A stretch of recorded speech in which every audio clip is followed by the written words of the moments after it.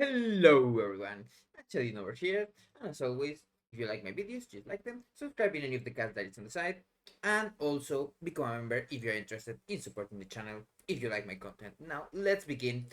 This is going to be, let's say, crafting guide for these 2 weeks before we get into the place where we actually want to craft things with the sparks. That's why the first thing I want to say is please do not use your sparks because gear that has embellishments can change, and right now at least the ones that are available, like the rank of binding or the lining or the ascension or things like that, are really close and even not that much impactful. Many of them even are bugged and do not work well with Sublety at least. So please hold off on using your spark. Of course, if it's one of your ults, you use it with whatever thingy you want to use it, just to get more level, to do heroic splits or anything. If it's an ult, just craft a ring or something like that. It just helps to get more level on that slot. Maybe to trade the ring from the last boss. But now into what we can do right now with gear on this, let's say, heroic dungeon weeks. Right now delts are also capped at level 3. As you can see, my gear is nothing crazy. I've been leveling ults, doing profession things, and also equipping them.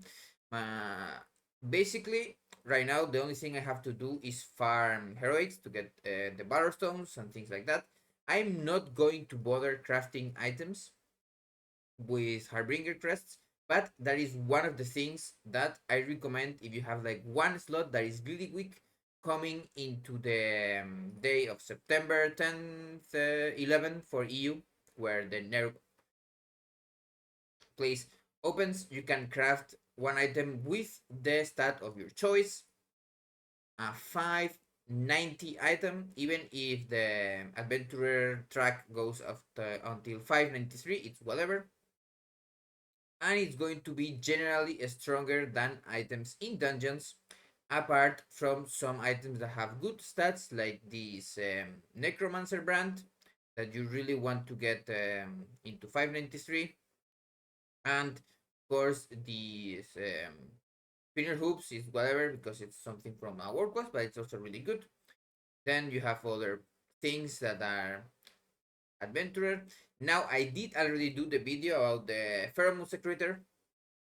This one and other items from the renowned vendors are better on track, so you can get them to 606. They are really good to get that level up. And then for other things, if you are a rogue, just get in touch with a leather worker and they can get all the spelunker's gear.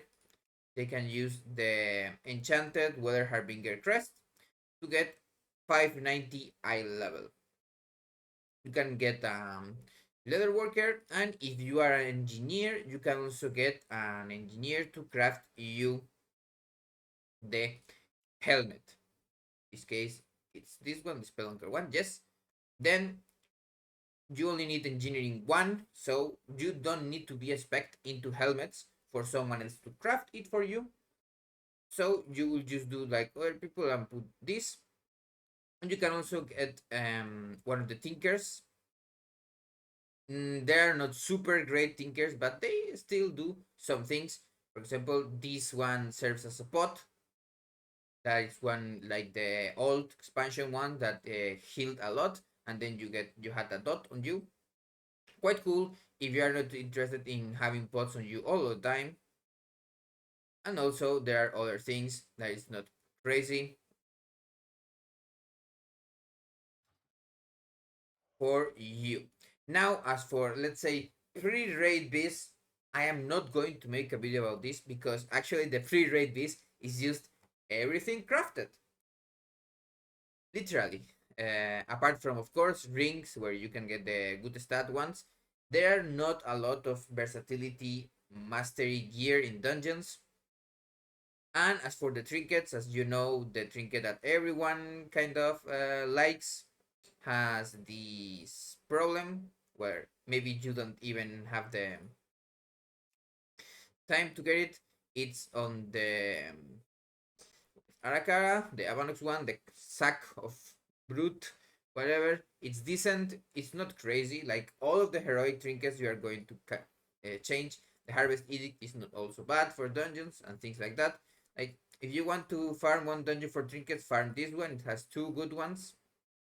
And also critical mastery, even if are not the best stats for sub, they are decent for assassination. Sadly, they are not good for outlaw, but you can still do with that. For other gear sets, you also get a good helmet here, but at least in my case, I'm going to be using the helmet here to upgrade it, and then maybe if I get another one, I may craft it or do something else. So that was everything for the gear that you kind of want to get. Of course, do try to get dagger as soon as possible. If you can't get one from heroics, just craft a 591 and call it a day. You can see here that I even have some other gear that I don't care that much about. Of course, the offhand is less important than you may hand, so do prioritize getting your offhand to 593 or 590 with any eye level mini stats. It's good. And if you can get one from the dungeons, you would want to get the one that has decent stats. But as you can also expect, there are not that many daggers, like you can see in dungeons. If you put for main hand, here this only has a mace. Here there's one dagger that is not, it has no good stats. Dark Flame has one dagger, same thing, not good stats. Here we have a mace. Here you have a sword, and then this is a dagger with kind of good stats for Outlaw, but not good for sub. Then here you have the dagger that you want, the one from the Rookery. And there's also one axe. And for lastly, the Stone Bow has a main hand that is a fist weapon for Outlaw mainly. And as I said before, just enjoy these 2 weeks of whatever you want to do. I will make videos about gearing when there's also actual gear that you want to do. Like there's one trinket that you know that even after all the nerfs, it's still quite decent until you get the raid one. But that will be for another video. I don't want to make this longer. Now, have a nice day, and I will see you on the next video.